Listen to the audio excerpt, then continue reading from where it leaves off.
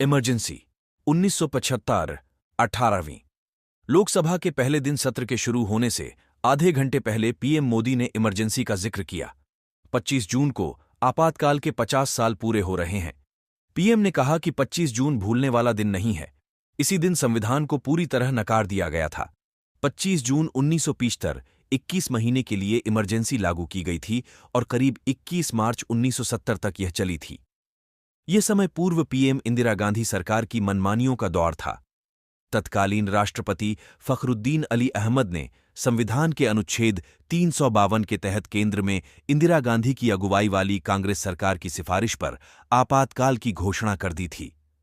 पूर्व पीएम लाल बहादुर शास्त्री के निधन होने के बाद देश की पीएम बनी इंदिरा गांधी का कुछ वजहों से न्यायपालिका के साथ में टकराव शुरू हो गया था। यही टकराव आपातकाल की पृष्ठभूमि बना। एक मामले में सुप्रीम कोर्ट के मुख्य न्यायाधीश सुब्बा राव के नेतृत्व वाली एक बेंच ने 7 बनाम 6 जजों के बहुमत से फैसला सुनाया था। इसमें कहा गया था कि संसद में 2/3 बहुमत के साथ भी किसी संविधान संशोधन के जरिए मूलभूत अधिकारों के प्रावधान न तो समाप्त किए जा सकते हैं और न ही इन्हें सीमित किया जा सकता है। इंदिरा गांधी ने क्यों लिया इमरजेंसी का फैसला? साल 1971 के चुनाव में इंदिरा गांधी ने संयुक्त सोशलिस्ट पार्टी के उम्मीदवार राजनारायण को करारी शिकस्त दी थी। उन्होंने इंदिरा गांधी पर सरकारी मशीनरी और संसाधनों के दुरुपयोग और भ्रष्टाचार का आरोप लगाते हुए इलाहाबाद हाई कोर्ट में मामला दायर किया था। 12 जून 1975 हाई कोर्ट के जज जगमोहन लाल सिन्हा ने इंदिरा गांधी को दोषी माना। उनका निर्वाचन अवैध हो गया और 6 साल के लिए उनके किसी भी चुनाव लड़ने पर रोक लगा दी गई। इसके बाद इंदिरा गांधी के पास प्रधानमंत्री का पद छोड़ने के अलावा कोई दूसरा ऑप्शन नहीं बचा। इंदिरा गांधी ने इलाहाबाद हाई कोर्ट के फैसले के खिलाफ सुप्रीम कोर्ट का रुख किया।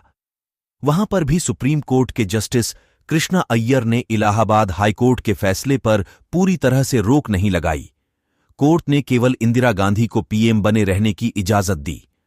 आखिरी फैसला आने तक उन्हें सांसद के तौर पर वोट डालने का अधिकार नहीं था।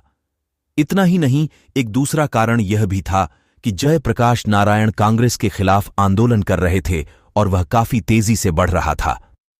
जेपी ने कोर्ट के इंदिरा गांधी को पीएम पद से हटने के आदेश का हवाला देकर स्टूडेंट्स, सैनिकों और पुलिस से सरकार के आदेश न मानने का आग्रह किया।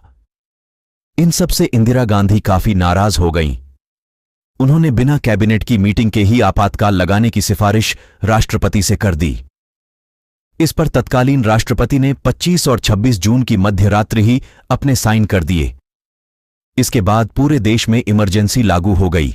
मीसा के तहत लोगों को जेल में डाला गया इमरजेंसी आजाद भारत के इतिहास में एक काला इसलिए बन गया क्योंकि इस दौरान maintenance of internal security act the maintenance of internal security act के तहत लोगों को जेलों में डालने की सरकार को बेलगाम छूट मिल गई। असहमति को सख्ती से कुचल दिया गया और नागरिक स्वतंत्रता को सरकार की ओर से रौंदने का काम किया गया।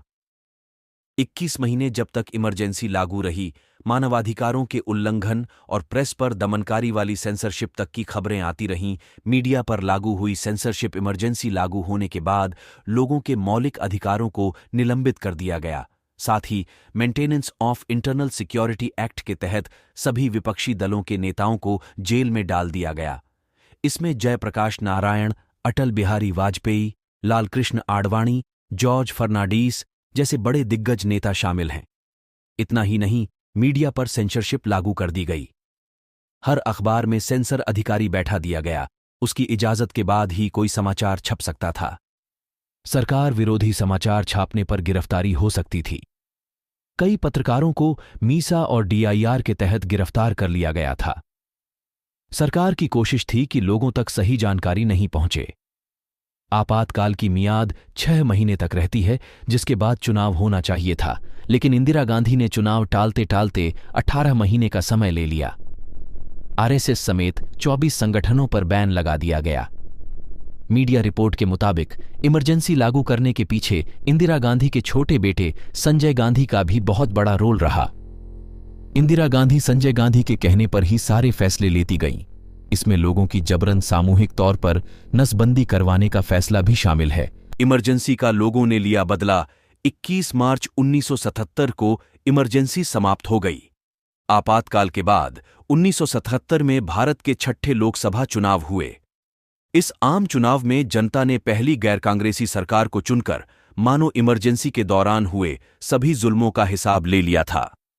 जनता ने कांग्रेस को हराकर सत्ता की चाबी जनता पार्टी के हाथों में दे दी। फिर कांग्रेस से ही अलग हुए 81 साल के मोरारजी देसाई को पहला गैर कांग्रेसी प्रधानमंत्री चुना गया। ये आजादी के 30 साल बाद बनी पहली गैर कांग्रेसी सरकार थी। इंदिरा गांधी खुद रायबरेली की सीट हार गईं और कांग्रेस 153 सीटों पर ही सिमट कर रह गई।